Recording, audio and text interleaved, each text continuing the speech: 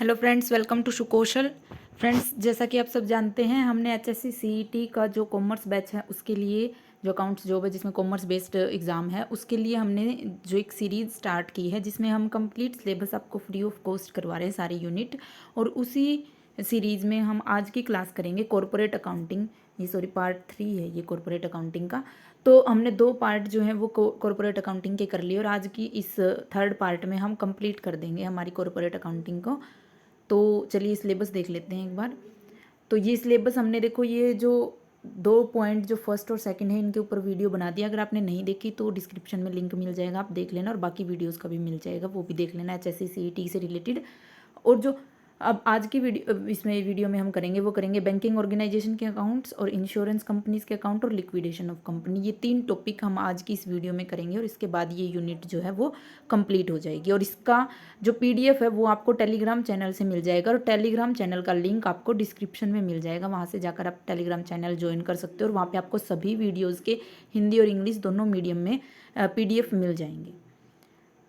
तो चलिए स्टार्ट करते हैं। देखो, सबसे पहले बैंकिंग ऑर्गेनाइजेशंस के अकाउंट देखते हैं हम, और उससे पहले हम ये समझ लेते हैं कि एक बैंकिंग कंपनी क्या होती है, कौन सी होती है। देखो, जो बैंकिंग कंपनी है वो उसको रेगुलेट, तो ये बैंकिंग रेगुलेशन एक्ट 1949 जो है वो रेगुलेट करता है। और इसी के सेक्शन 5 में बैंकिंग कंपनी को डिफाइन किया गया है। इसमें क्या है कि बैंकिंग कंपनी एक ऐसी कंपनी है जिसका पर्पज़ जो है वो लेंडिंग और इन्वेस्टमेंट है, या फिर डिपॉजिट्स एक्सेप्ट करना पब्लिक से और repayable on demand and otherwise and withdraw by cheque, draft और ऑर्डर और अदरवाइज, यानी कि डिपॉजिट्स लेना और उनको डिमांड पेबल ऑन डिमांड हो डिपॉजिट्स या चेक या ड्राफ्ट के थ्रू वो जो डिपॉजिट्स हैं वो पब्लिक अपनी निकलवा भी सकती है। और लेंडिंग और इन्वेस्टमेंट जो है उनका बेसिकली मेन पर्पज़ होता है बिजनेस का।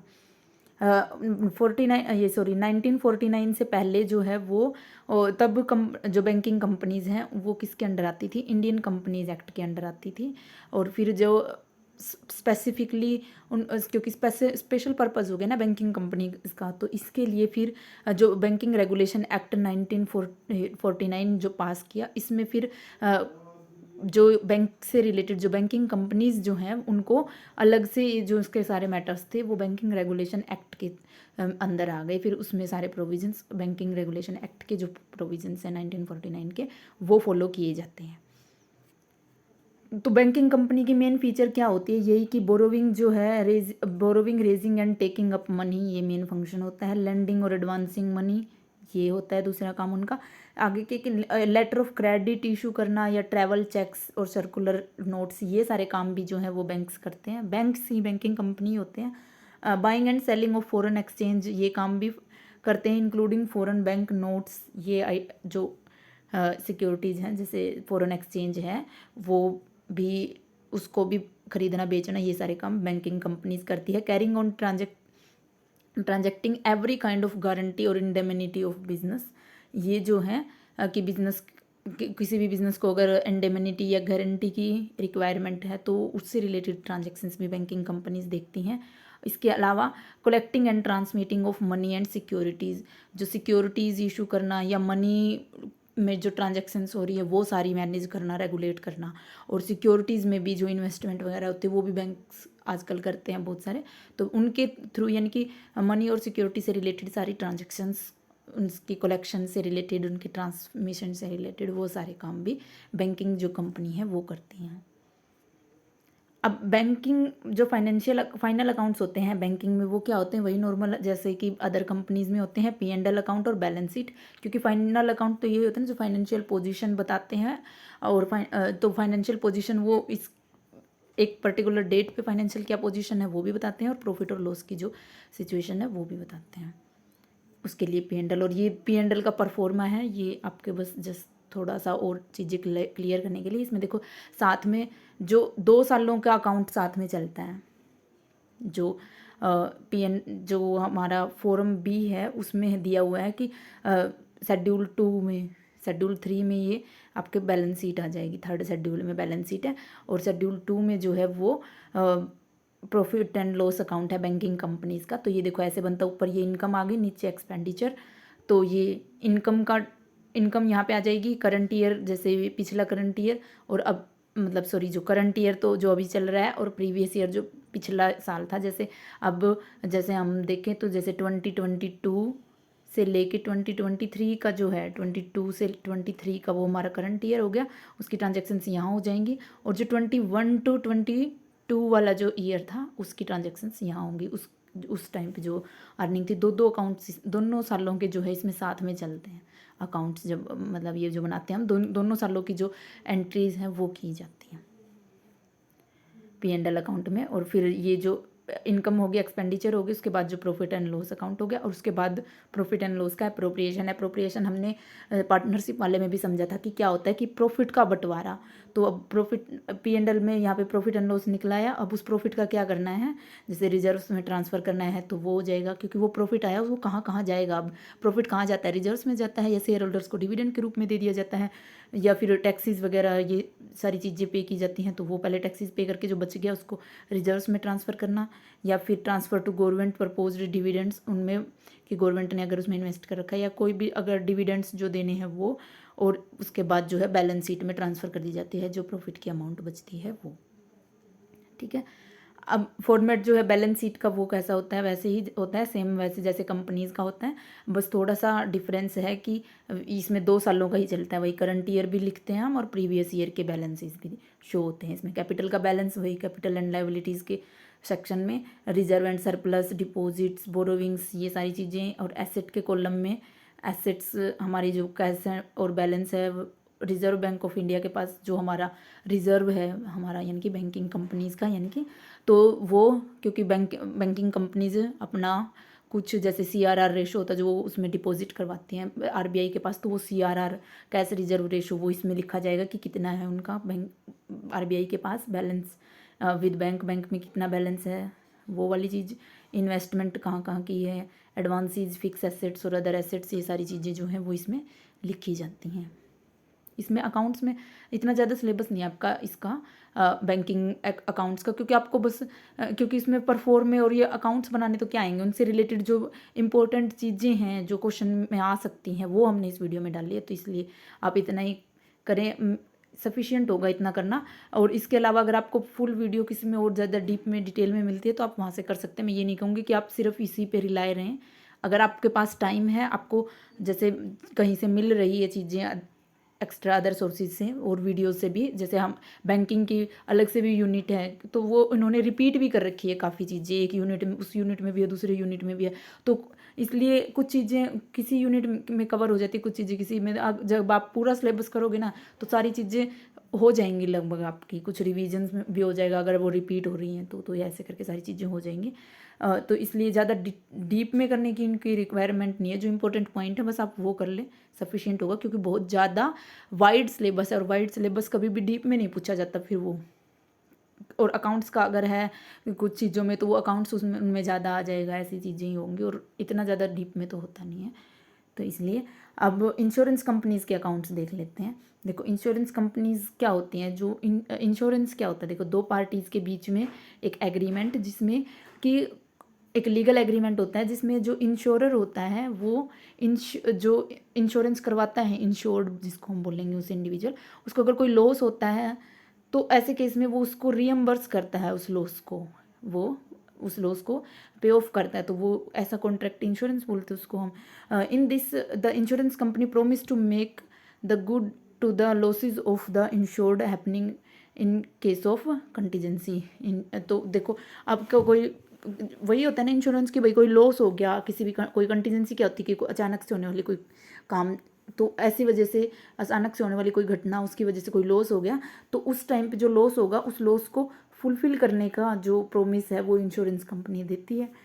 तो इसमें कंटीजेंसी क्या होती है, contingency is the event which कज द लॉस, यानी कि वो अचानक से होने वाला इवेंट जिससे कोई लॉस हो जाता है तो वो कंटीजेंसी होगी। It can be the death of policy holder, ये डेथ भी हो सकती है, या फिर जो प्रॉपर्टी है उसको डैमेज भी हो सकता है। ठीक है, it is called contingency because there is uncertainty regarding happening of the event, और इस अनसर्टेनिटी को ही थोड़ा सा सर्टेन बनाना इंश्योरेंस का काम होता है कि भाई अगर लॉस हो गया तो वो लॉस हमें इतना ज़्यादा लॉस नहीं होगा क्योंकि कुछ तो हमें इंश्योरेंस से हमारा कवर हो जाएगा। अब टाइप ऑफ इंश्योरेंस, ये हमने इंश्योरेंस वाली वीडियो में भी किए थे, जैसे मैंने बताया ना कि बहुत सारे टॉपिक्स जो हैं वो रिपीट हो रहे हैं, तो हमने उसमें डिटेल में समझा था कि इंश्योरेंस और इंश्योरेंस के टाइप्स सारी चीज़ें, तो थोड़ा सा देख लेते हैं मोटा मोटा इसमें भी कि लाइफ इंश्योरेंस और जनरल इंश्योरेंस। लाइफ इंश्योरेंस क्या है कि जो किसी पर्सन की लाइफ को इंश्योर करे कि अगर उस मतलब अगर जो रिस्क है, डेथ का जो रिस्क है उसके लिए होता है कि अगर इनकेस डेथ हो जाती है तो जो उसके लीगल रिप्रेजेंटेटिव्स होते हैं उनको कुछ पैसे मिल जाते हैं। तो वो लाइफ इंश्योरेंस में यही होता है कि होल लाइफ इंश्योरेंस प्लान्स हो सकते हैं, इसमें मनी बैक प्लान्स हो सकते हैं, यूनिट लिंक्ड इन्वेस्टमेंट प्लान्स हो सकते हैं, जिसमें लाइफ जो डेथ जो रिस्क है उसकी तो सिक्योरिटी मिलती ही है, उसके साथ साथ इन्वेस्टमेंट के जैसे भी काम करता है कि भाई इतने टाइम के बीच में अगर डेथ होगी तो पैसे मिल जाएंगे, डेथ नहीं हुई तो भी आपको कुछ रिटर्न तो ज़रूर मिलेगा, मतलब ऐसी चीज़ भी होती है। तो वो ऐसे लाइफ इंश्योरेंस भी होते हैं जो इन्वेस्टमेंट प्लान के जैसे होते हैं। और जनरल इंश्योरेंस जो लाइफ के अलावा अदर जो कोई एसेट है, हमारी प्रॉपर्टी है, उनको जो सिक्योर करे वो इंश्योरेंस जो होगा वो जनरल इंश्योरेंस होगा। इसके भी टाइप्स हमने कर लिए थे, जैसे motor insurance, marine insurance, liability insurance, travel insurance और कॉमर्शियल इंश्योरेंस। ठीक है। अब फाइनेंशियल स्टेटमेंट्स क्या होते हैं लाइफ इंश्योरेंस के केस में? देखो फाइनेंशियल स्टेटमेंट्स तो वही बनाने पड़ेंगे कि P&L बनाना पड़ेगा, बैलेंस शीट बनानी पड़ेगी। इसमें एक रिवेन्यू अकाउंट भी बनाया जाता है, पॉलिसी होल्डर अकाउंट बोलते हैं जिसको, और P&L अकाउंट ये शेयर होल्डर्स अकाउंट होगा, और इसके बाद बैलेंस शीट बनाई जाएगी। इसमें बस आपको ये बात याद रखनी है कि जो रिवेन्यू अकाउंट है उसमें वो कौन से फॉर्म का होगा, P&L अकाउंट है उसका फॉर्म नंबर क्या, नाम क्या है फॉर्म का, और बैलेंस शीट के फॉर्म का नाम क्या है। ये देखो जो रिवेन्यू अकाउंट है, रिवेन्यू अकाउंट का फॉर्म है फॉर्म ARA। देखो रिवेन्यू अकाउंट RA हो गया ना, तो फॉर्म A के आगे RA लग जाएगा, वो रिवेन्यू अकाउंट होगा। P&L अकाउंट जो है वो क्या होगा, फॉर्म APL। देखो P&L क्या होगा, PL, P से प्रॉफिट, L से लॉस, तो PL, तो फॉर्म APL हो जाएगा जो P&L के अकाउंट का जो फॉर्मेट है वो। और जो बैलेंस शीट का फॉर्मेट है वो है फॉर्म ABS। तो ये BS यानी कि बैलेंस शीट, तो ये BS ऐसे हो जाएगा, तो आप ऐसे याद भी रखना ईजी भी है। तो ये चीज़ याद रखनी है कि रिवेन्यू अकाउंट किस फॉर्म में आता है, P&L अकाउंट किसका क्या फॉर्म है, और बैलेंस शीट का क्या फॉर्म है। ठीक है, ये फॉर्मेट भी देख लेते हैं कि रिवेन्यू अकाउंट जो है उस वो ऐसे बनेगा कि नेम ऑफ इंश्योरर लिखा जाएगा ऊपर, रजिस्ट्रेशन नंबर, ये फॉर्म RA है, इसका ये फॉर्मेट है जिसमें करंट ईयर और प्रीवियस ईयर दोनों की डिटेल्स लिखी जाएगी कि कितना प्रीमियम है, इंश्योरेंस की क्या अमाउंट है, कितना, सारी चीज़ें इसमें सारी लिखी जाएंगी, इंटरेस्ट, डिविडेंड, ये सारी चीज़ें। ठीक है, इसके बाद ये P&L जो अकाउंट है जिसमें फॉर्म APL होगा उसका ये फॉर्मेट है। आपको बस इतनी ज़्यादा इनकी डिटेल तो याद रखने की ज़रूरत नहीं है, बस यही याद रखना कि फॉर्म नंबर कौन सा है। ये बैलेंस शीट का फॉर्मेट है, ये मैंने बस आपको दिखाने के लिए कि भाई हाँ ऐसी बैलेंस शीट बनाई जाती है, ऐसे P&L बनाया जाता है, क्योंकि पेपर में आपसे बनवाना तो नहीं आएगा ना। अब देखो ये तो था लाइफ इंश्योरेंस के केस में। अब जनरल इंश्योरेंस के केस में और जो इम्पोर्टेंट पॉइंट है जो जनरल इंश्योरेंस के अकाउंट्स में ध्यान रखने की जो चीज़ें हैं वो जो एग्जाम प्रोस्पेक्टिव से इम्पोर्टेंट है वो, तो ये क्या है कि देखो इसमें कुछ जनरल इंस्ट्रक्शंस हैं in preparation of financial statements in case of general insurance. तो ये क्या है कि the corresponding amount of immediately preceding financial year of all item shown in balance sheet, revenue account and P&L account should be given. देखो सारी की सारी amount वो प्रिसीडिंग ईयर से रिलेटेड भी उसमें साथ के साथ लिखी जाएंगी, यानी कि करंट ईयर की भी लिखी जाएगी बैलेंस शीट, रिवेन्यू और P&L में, और उसके साथ साथ प्रीवियस ईयर की भी लिखी जाएगी। ठीक है, और ये क्या है कि figure in the financial statements में be rounded off in the nearest 1000 की फॉर्म में जो है वो राउंड ऑफ करके लिखी जाएंगी। तो अगर ये ऐसा क्वेश्चन भी आ सकता है आपके कि किसकी फॉर्म में राउंड ऑफ की जाती है फाइनेंशियल स्टेटमेंट्स की जो अमाउंट है, फिगर है, उसको हम किसकी फॉर्म में करते हैं, नियरेस्ट 100, नियरेस्ट 1000, नियरेस्ट 10, ऐसे हो सकता है। तो आपको याद रखना है कि नियरेस्ट 1000 की फॉर्म में, नियरेस्ट 1000 का क्या मतलब होता है कि जैसे 10,199 या ये लगा लो 10,728 ऐसे कुछ अमाउंट है, तो 1000 का मतलब है कि लास्ट के 3 अक्षर की जगह पर 0 लगा देंगे। अब ये जैसे 500 से ऊपर हो गए ना तो इसको 11,000 लिख देंगे, क्योंकि नियरेस्ट 1000 में करना है अपने को। अगर ये ऐसे होता 10,400 400 ही लगा लो, तो ये पूरे के पूरे 3 जीरो होंगे, क्योंकि नियरेस्ट 1000 में करना है तो लास्ट में 3 जीरो बचनी चाहिए। तो ऐसे केस में ये 10,000 हो जाएगा पूरा। ठीक है, क्योंकि वो कम होता है तो हम पीछे वाला लेते हैं, ज़्यादा होता है तो हम आगे वाला लेते हैं। ये चीज़ तो आपको पता भी होगी, क्योंकि आप कॉम्पिटिटिव एग्जाम्स की तैयारी करने वाले, आपका तो मैथ्स बहुत अच्छा होगा। तो अच्छा नहीं भी होगा तो भी उसमें जो मैथ तो आपको आता ही होगा इतना तो, कि आप जब हम कम होता है 50 से तो ये पीछे वाला लेते हैं, और वो 50 से ज़्यादा हो जाता है तो हम वो आगे वाला लेते हैं। तो ये आपको ये याद रखना, बस नियरेस्ट 1000 में राउंड ऑफ करते हैं। इंटरेस्ट, डिविडेंड और rental receivables in connection with an investment should be stated at gross value. जो भी रेंट, इंटरेस्ट और डिविडेंड होते हैं उनको ग्रोस वैल्यू में लिखा जाता है, ना कि नेट वैल्यू में। The amount of income tax deducted at source being included under advance tax paid. जो टैक्स डिडक्टेड एट सोर्स होता है, जो TDS होता है, उसको एडवांस टैक्स पेड के नाम से जैसे इसमें लिखा जाता है, एडवांस टैक्स पेड। ठीक है। Income from rent shall not include any notion rent. देखो नोशनल रेंट क्या होता है कि जो सिर्फ अज्यूम किया जाता है कि इतना रेंट होगा, लेकिन एक्चुअल में अलग होता है। तो इसमें जो रेंट की इनकम जब शो की जाएगी P&L में, जो जनरल इंश्योरेंस का P&L होगा जनरल इंश्योरेंस के टाइम पे, तो उस P&L में जो सिर्फ एक्चुअल में रेंट है ना, वही रेंट की अमाउंट लिखी जाएगी उसमें, ना कि जो अज्यूम किया हुआ है, जो सिर्फ नाम मात्र का, नोशन का मतलब नाम मात्र का, तो वो सिर्फ जो अज्यूम किया कि हाँ इतना रेंट होगा, तो वो वाली चीज़ नहीं करी जाएगी। जो एक्चुअल होगा ना वो फिगर लिखी जाएगी रेंट की। ठीक है, तो ये कुछ इंपॉर्टेंट पॉइंट थे जो आपको याद रखने हैं जर्नल इंश्योरेंस के केस में, कि जर्नल इंश्योरेंस की अकाउंटिंग में या फाइनेंशियल स्टेटमेंट बनाते समय क्या क्या चीज़ें याद रखनी है। ठीक है, उसके बाद नेक्स्ट जो हमारा टॉपिक है वो है liquidation of companies. Liquidation of companies का क्या मतलब है, ये हमने वैसे वाइंडिंग अप ऑफ कंपनीज में भी पढ़ा था। जो हमारा कंपनीज एक्ट जो हमने किया, कंपनी लॉ, उसके सेकंड पार्ट में हमने वाइंडिंग अप ऑफ कंपनीज किया था काफ़ी डिटेल में, जिसमें हमने ये मोड ऑफ वाइंडिंग अप और इनका क्या प्रोसीजर होता है ये कर लिया हमने उस वीडियो में। अगर आपने नहीं देखी तो लिंक डिस्क्रिप्शन में मिल जाएगा, आप देख लेना वहाँ से जाके ये और ज़्यादा डिटेल में। अब जो लिक्विडेशन से रिलेटेड चीज़ें, लिक्विडेशन का मतलब है कि एसेट्स को सेल करना और लाइबिलिटीज़ को पे ऑफ करना। लिक्विडेशन का सीधा सा ये मतलब होता है। वाइंडिंग अप का तो मतलब है कि सारी चीज़ें क्लोज करना, सारा कुछ प्रोसीजर, वो सारी चीज़ें। तो लिक्विडेशन में मतलब वाइंडिंग अप एक ज़्यादा ब्रॉड टर्म है, ये लगा लो आप, और लिक्विडेशन में उस वाइंडिंग अप का ही एक पार्ट है।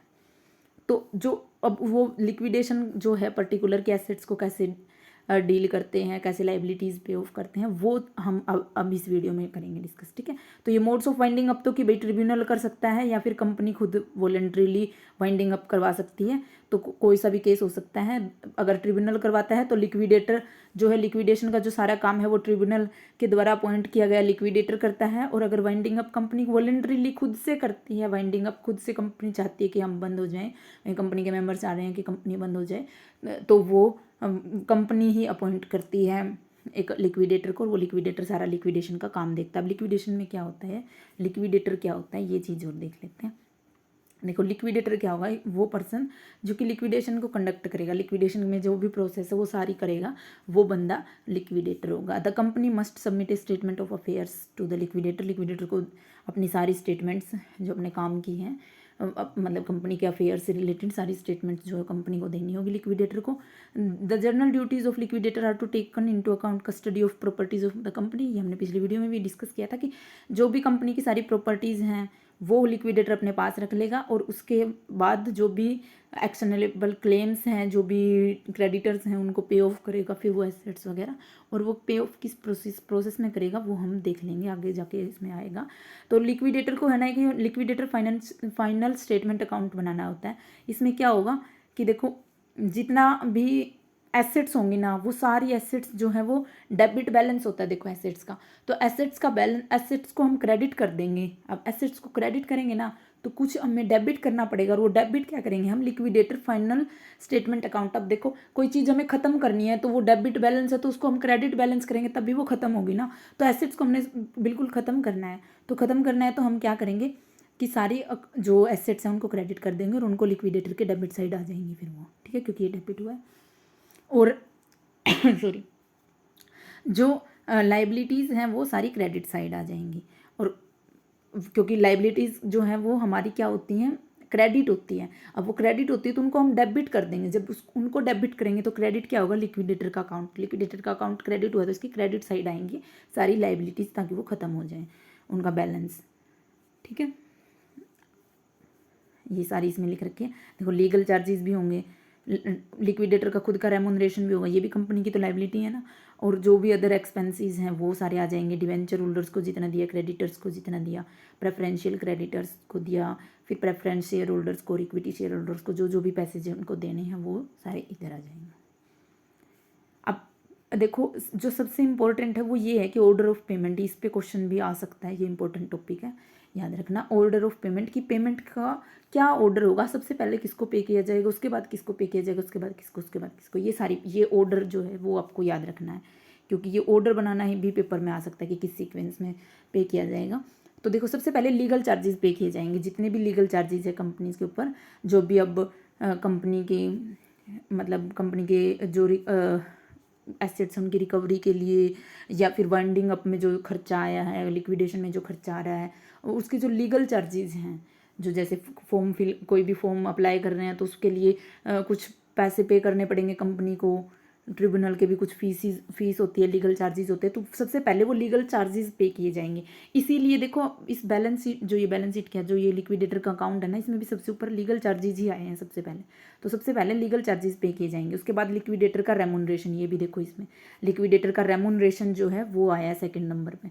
फर्स्ट पे लीगल चार्जेस, सेकंड पे लिक्विडेटर का ये, उसके बाद अदर एक्सपेंसेस आएंगे।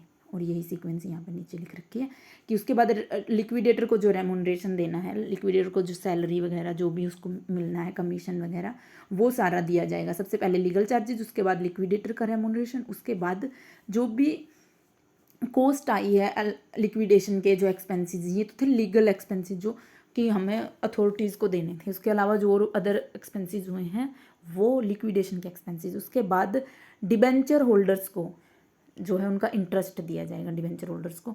उसके बाद प्रेफरेंशियल जो क्रेडिटर्स हैं, प्रेफरेंशियल क्रेडिटर्स यानी कि जिनके जैसे सिक्योर्ड लोन है, जिन्होंने सिक्योर्ड लोन दे रखे हैं कंपनी को, तो ऐसे क्रेडिटर्स उनको पे किया जाएगा। उसके बाद अनसिक्योर्ड जो क्रेडिटर्स थे उनको पे किया जाएगा। उसके बाद प्रेफरेंस शेयर होल्डर्स को पे किया जाएगा, क्योंकि देखो शेयर होल्डर्स की बारी बाद में आती है, और उन बाद में भी शेयर होल्डर्स दो तरह के होते हैं, एक प्रेफरेंशियल और एक होते इक्विटी। तो पहले प्रेफरेंशियल को प्रेफरेंस दी जाएगी, तो इसलिए प्रेफरेंस शेयर होल्डर्स को पेमेंट की जाएगी। फिर जो भी प्रेफरेंस शेयर होल्डर्स का पीछे का जो एरियर था, क्योंकि ऐसे होता है ना कि उनको पीछे अगर एरियर कुछ लॉस होता है तो आगे जब प्रॉफिट होगा तो उनको वो हिस्सा भी मिल जाता है। तो वो एरियर था अगर उनकी कोई पेमेंट में, तो वो उनको दिया जाएगा प्रेफरेंस शेयर होल्डर्स को। उसके बाद जो बचेगा वो इक्विटी शेयर होल्डर्स को दिया जाएगा। तो ये सीक्वेंस आपको जो है वो याद रखनी है। तो आई होप आपको ये क्लास समझ आई होगी। पीडीएफ आपको टेलीग्राम से मिल ही जाएगा। थैंक्स फॉर वॉचिंग, मिलते हैं नेक्स्ट वीडियो में।